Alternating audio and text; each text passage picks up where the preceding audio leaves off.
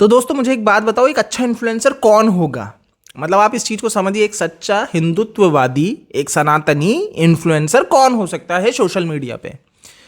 Definitely जो भगवान के बारे में आपको बताए, जो भगवान के लिए मुद्दे उठाए, जो भगवान के लिए लड़े, राइट, जो हमेशा भगवान के लिए खड़ा रहे। अब इसमें कुछ ऐड करते हैं, आप इसको समझिएगा। जो गाली गलौज करे, ठीक है, जो सट्टेबाजी को प्रमोट करे, जो आपको सट्टेबाज बनाए, ये बोले कि यहां पे पैसा लगाओ, ये लगाओ, जीत जाओगे, और फिर आप हारो, आप डूबो, तो आप उसको क्या सनातनी कहेंगे?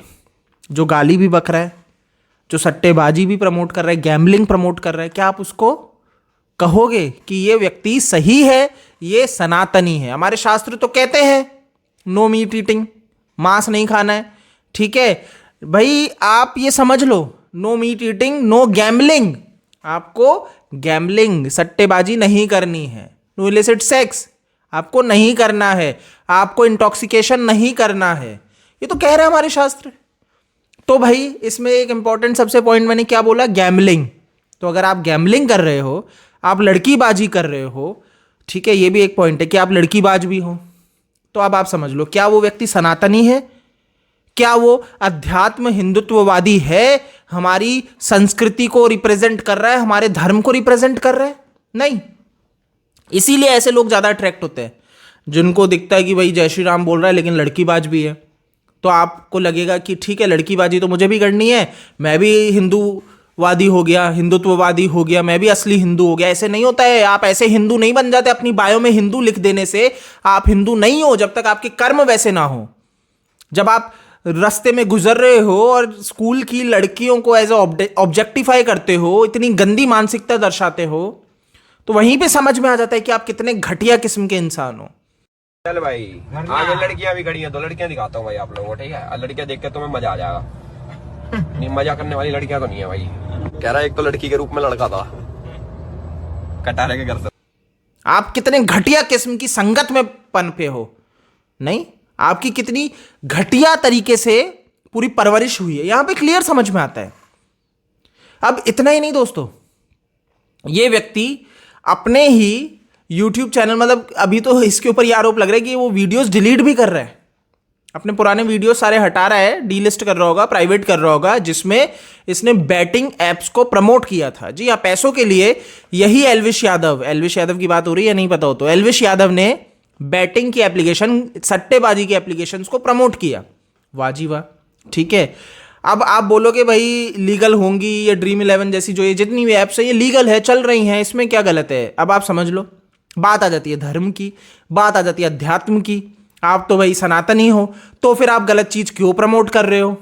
नहीं, आप समझे कुछ कि सरकार तो शराब भी बेचने की अनुमति देती है, पर क्या हमारे धर्म में शराब नशा को दी है मान्यता कि आप पी के चूर रहे हो? नहीं। तो ये तो भैया गलत चीजों को प्रमोट कर रहा है। क्लियर है? ये व्यक्ति पूरा गलत चीजों को प्रमोट कर रहा है, अब धीरे धीरे मिटा रहा है। अब ये जो रैंडम गाय है, रैंडम सेना करके जो है ट्विटर पे, ये एक इंस्टाग्राम और ट्विटर पे आप इसको देख सकते हो, इस व्यक्ति को, जो हिंदू के लिए आवाज उठाता है। इसने कई से चैनल्स जो हिंदू विरोधी थे उनको डिलीट भी करवाए, एक्शन भी लिया, गिरफ्तार भी हुए, तो काबिले तारीफ है। बट मेरे को एक शिकायत जरूर है रैंडम सेना से कि गाली गलौज ये भी करते हैं। इनकी जो ट्विटर स्पेस के मैंने कुछ वीडियोस देखे जिसमें गाली गलौज भरा रहता है, ये शुरू गाली से होता है तो अंत गाली पे होता है, तो ये मुझे समझ में नहीं आता। और हमेशा से मैं कहूंगा कि जो भी व्यक्ति अगर भगवान के लिए लड़ रहा है और गाली गलौज से ही शुरू होकर गाली गलौज पे ही खत्म हो रहा है तो गलत है। आप समझिए, शास्त्रार्थ होते थे पहले, जब शास्त्रार्थ होते हैं तो उसके अंदर गाली गलौज में नहीं लड़ाई होती है, उसमें गाली गलौज में नहीं एक दूसरे को काटा जाता है। लेकिन आज की समय की जो युवा पीढ़ी है वो गाली गलौज पे ही उतारू है। फिर वो चाहे से भगवान के बारे में बात करे या भगवान विरोधी बात करे, लेकिन गाली गलौज तो रहनी चाहिए, हटना चाहिए। तो मेरा इसमें एक बहुत ही क्लियर मत है। अब जैसा कि मैं आपको बता रहा था, तो इस व्यक्ति ने अभी रिसेंटली पोस्ट किया जिसमें बताया कि किस तरीके से एल्विश यादव अपने टेलीग्राम चैनल पे भी यही सब प्रमोट कर रहे हैं। आप देख सकते हैं, स्क्रीनशॉट आपके सामने है कि यही सट्टेबाजी, गैमलिंग प्रमोट की जा रही है और किस तरीके से लोग मूर्ख बनते हैं, पैसा लगाते हैं, ऐसे इन्फ्लुएंसर्स को फॉलो करके डूब जाते हैं। ठीक है, तो अब दोस्तों ये आपके ऊपर है कि आप हीरो किसको चुनोगे। आप समझिए, अगर आप सनातन की बात कर रहे हो और ऐसे लोगों को चुन रहे हो तो आप मूर्ख हो, आप मूर्ख हो। क्लियर।